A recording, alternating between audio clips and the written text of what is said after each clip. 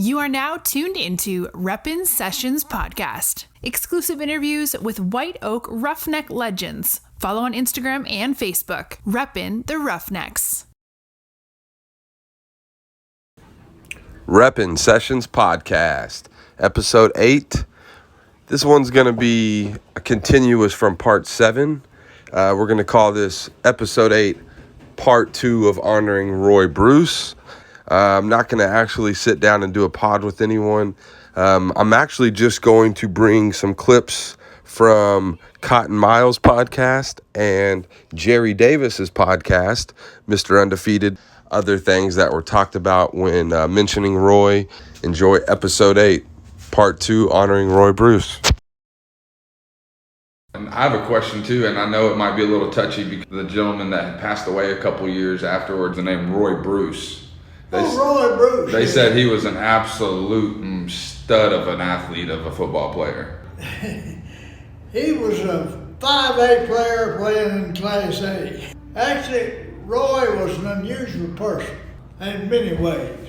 He wasn't a very good student, and it didn't worry him either. But when it comes to playing ball, he was ready to play ball. He went to TCU. He went to TCU and got killed in a car wreck the first Christmas while he was a freshman at TCU. Roy was capable of doing a lot of unusual things. I think the best example of Roy, what he felt about school, he had an English class that he was failing. And the English teacher didn't want him. Then you fail one, he had to go back to the same class next year. Well, they didn't want him back. So they assigned him to a teacher says, if you'll write me a 15-page theme or term paper, we'll let that count as your grade.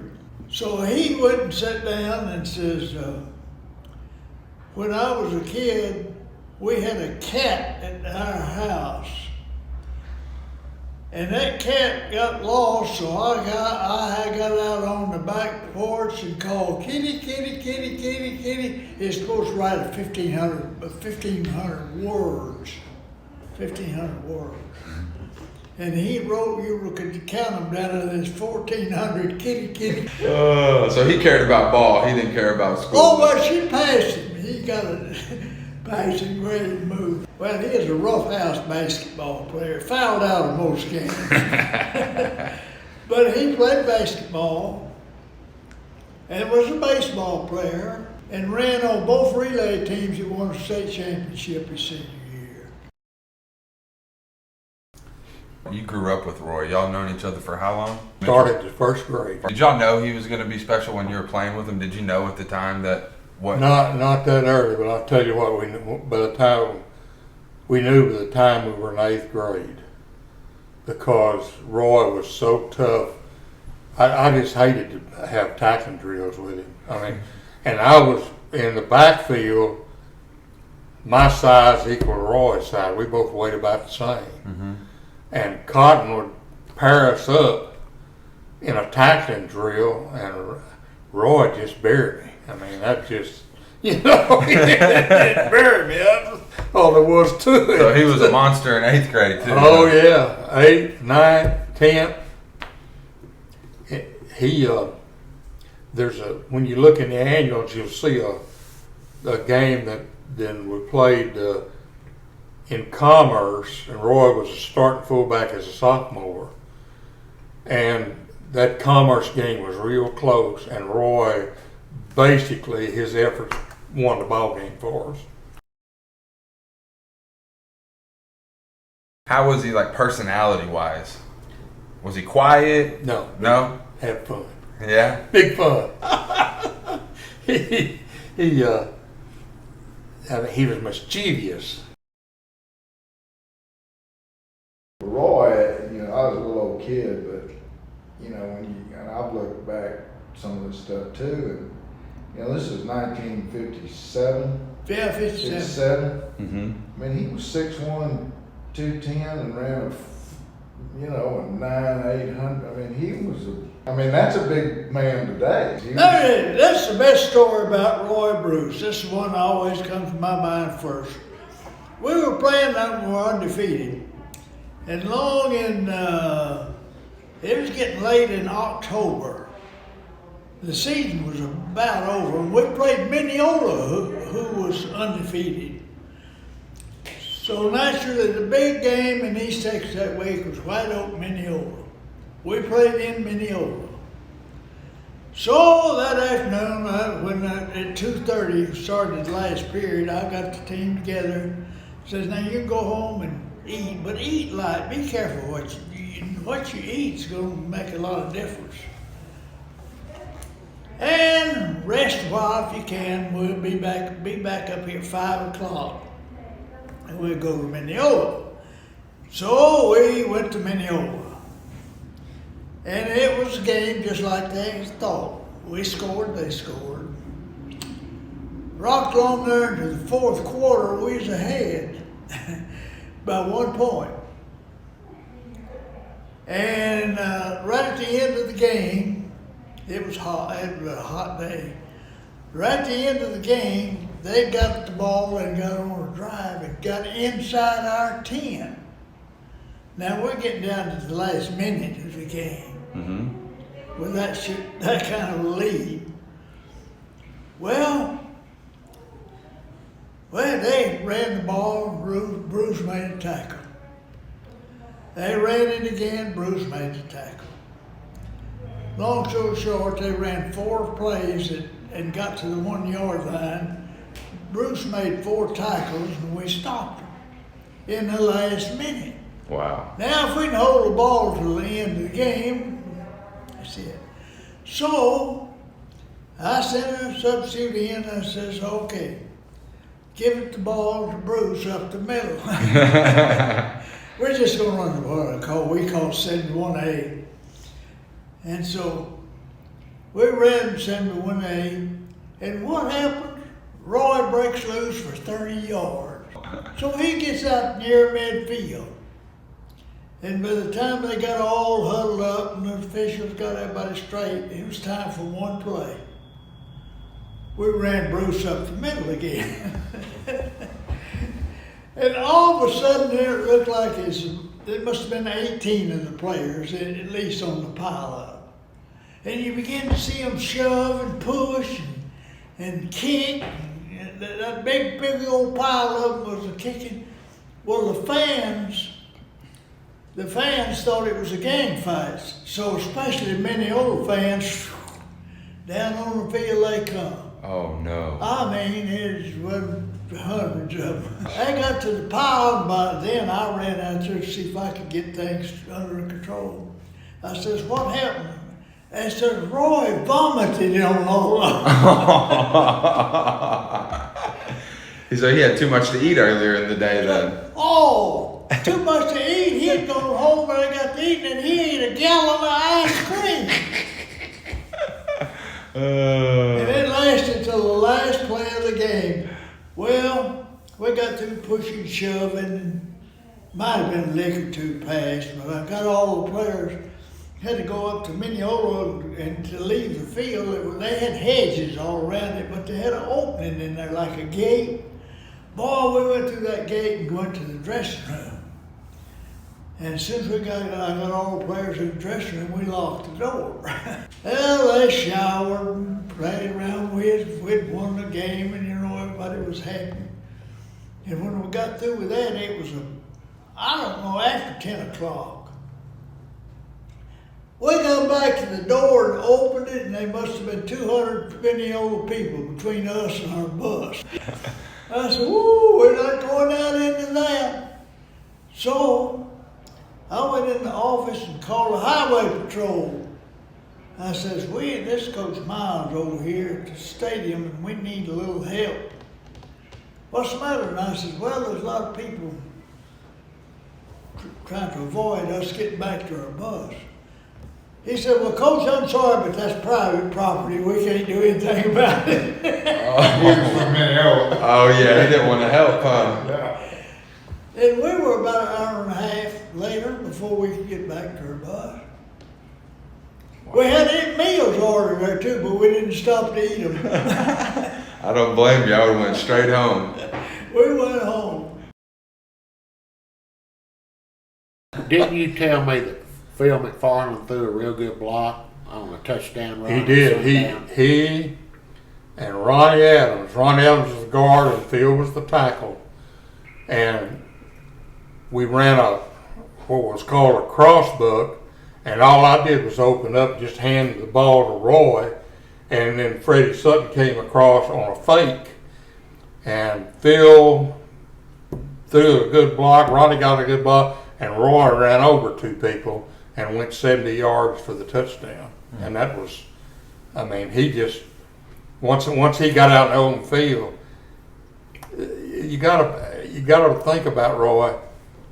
He was at normal weight. He was 195 pounds, and he could run a 10 flat 100-yard dash. I mean, that was. In fact, our backfield the senior year, I ran a 10-4, Roy ran a 10 flat, Freddie Sutton ran a 10 flat, and Matt Griffin ran a 10-2. It was, and the article that they put in the newspaper that White Oak has the fastest backfield in the state of Texas. You know, my junior year, amazingly enough, Hawkins played us tough. I mean, we beat them 20-6 here at White Oak, and then went on and won that state championship. And I remember that as being tough. But then the next year, senior year, they were getting all kinds of write-ups in the newspaper about how this was going to be the tough game, you know, and there was doubts about which team was going to win it. And I'm telling you, Roy in that Hawkins game, I think he scored 4 touchdowns, and we beat them we beat them 42-0, just slaughtered them. Coach Miles said he was a roughhouse basketball player. Yeah, I'll tell you what, we I know he played. got a foul down against Huntington. He pushed it. Yeah, Little fat boy that was down. I never forget That boy that Roy hit. He bought my house from me when I left Nacogdoches. He come into Nacogdoches and bought. I was in Nacogdoches 4 months and bought a house. And this kid bought the house. Did he know who you were? I told him. I said, you know, I went to White Oak and we played y'all in the state tournament, and you know they were really good. Huntington was great, and this old boy said, I'm gonna tell you what. He said, that Roy Bruce hit me and I hurt for 2 days. Did he know Roy Bruce had gotten killed? No, I don't remember whether he did or not. But Roy, the ball got free and was going toward kind of the Huntington bench. And Roy took off after it, and this kid took off after it. And I mean, Roy got there first, and then he laid the code to it to get that ball. You know, it was like, Roy, it ain't football season no more. yeah, right. In fact, you know, somebody on the sideline said, "Why don't they got that football out of him yet?" In that book that I brought, Paul, that talks about how bad we beat up on Wilmer Hutchins. We played them in Highland Park Stadium, and we had a little hotel that was close to the stadium. And that night, during the night, a blue norther blew in, and it was sleeting and snowing, and the field froze overnight. And there'd been so much play taking place on the Highland Park Stadium that there wasn't much grass on the field. Most of it was bare ground, and that doggone ground was frozen.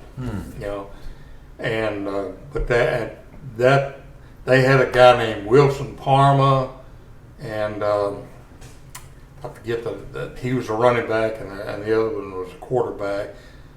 Both of them went to Kilgore Junior College,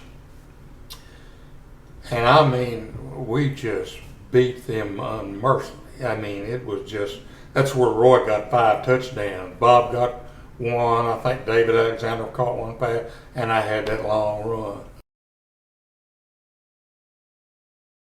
Correct me if I'm wrong.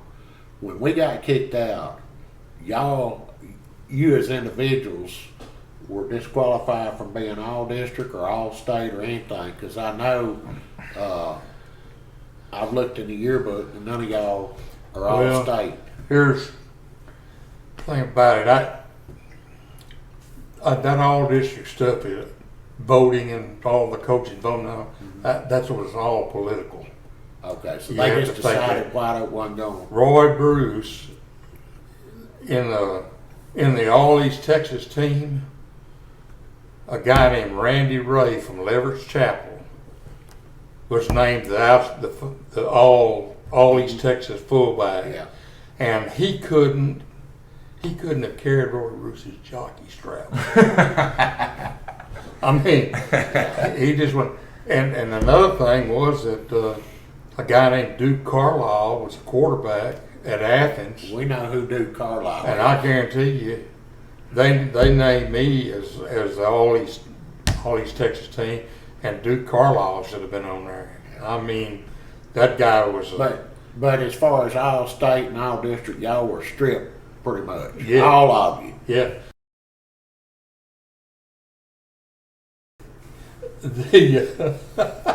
This is another one that's funny. This is a funny one. I mean, funny. Roy had to go because his grades were so low in high school. He had to go in order to get TCU. He had to go take an exam, an entrance exam type thing, and he went and took that entrance exam. And I went with him, and he came out and they had graded the exam, and they had told him that he'd enter on probation. Now, Roy didn't know what that meant. Roy thought they was going to put him in jail. And we went by Cotton's house, and he told Cotton that he'd made it, made enough on scoring, but he said they're going to put me on probation. What does that mean? You know? Did Cotton start laughing? Right? Yeah.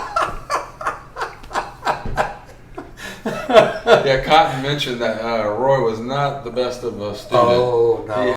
He just wanted to have a good time. He just gonna have fun. You know.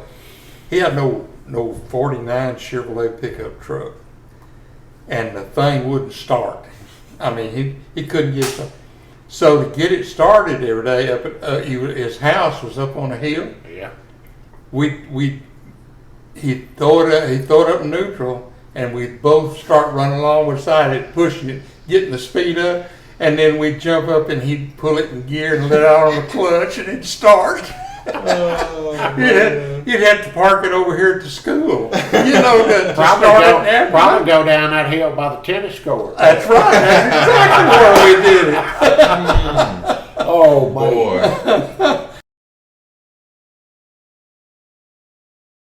I'm going to tell you one on Roy. Yeah. This occurred at TCU. We reported, late, the varsity's already working out. Freshmen came in, just 6-8 days after the varsity had already started working out. And we played as a freshman team. The freshmen couldn't play with the varsity at all. It was we had our own schedule. Well, the first day of practice, we were going to have tackling drills, and a guy named Jimmy McAteer, who turned out to be real good buddies with Roy. They roomed together later, and Jimmy looked across. Roy was in the group over here, and Jimmy was over here, and Jimmy said, "I saw Roy," and Roy at that time only weighed about 185, and Jimmy was close to 200. And Jimmy said, "I'm going to get him. I'm going to get him to be a partner." They lined up and got a running start and hit. And I'm telling you, Roy tore his ass up. And Jimmy was telling a story. He said, that's the hardest I've ever been hit in my life. He said, I said, how many more times did you avoid him in that line? You got somebody else to hit, you know? And he said, oh yeah. Roy he'd had that hemorrhoid thing and lost a lot of weight in the spring. Yeah. After the track season was over, and he had not gained his weight back when we reported his freshman up there, so he wasn't very big. But boy, in terms of being able to hit people and all, he hadn't lost any of that. I mean, he was tough.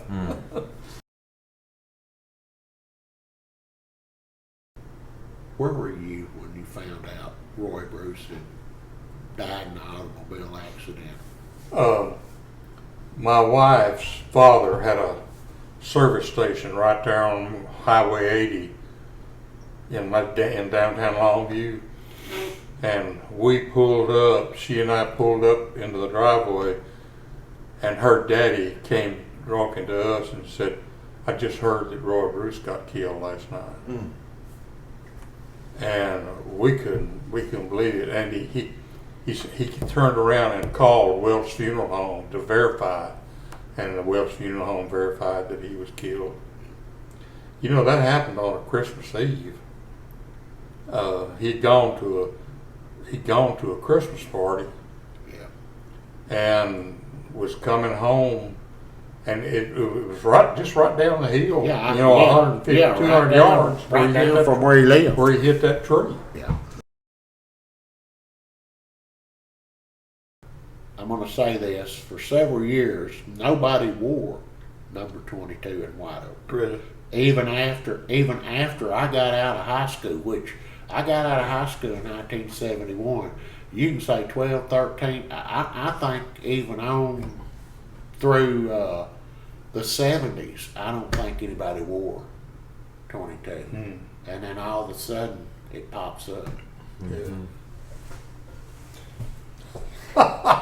Speaking of 22, you got to start a campaign. Speaking of 22, we are definitely starting a campaign. I've already mentioned it on the Reppin the Roughnecks Instagram page. Me and James are set on getting this man's jersey retired. Still holds the record in White Oak for rushing. And just the athlete he was, everything that everyone's told us about Roy. Yeah. It's just, I think it's definitely important for that to happen. Obviously, me doing all this, learning the history of White Oak, hearing all the stories of Roy Bruce, still leads White Oak in the all-time rushing record. We have a plan, and we want to get his number retired. 22 has not been retired in White Oak yet. Oh, really? Yes, sir. James said after Roy died, nobody wore the number for many years. But we definitely want to get his number retired. Oh, I think it ought to be. And that was the next question I was about to ask. How do you feel about that? About Roy Bruce? Mm-hmm. Oh, I think it'd be very appropriate. Absolutely. And there we have it. So you heard it from Mr. Cotton Miles. Roll, Roughnecks, roll.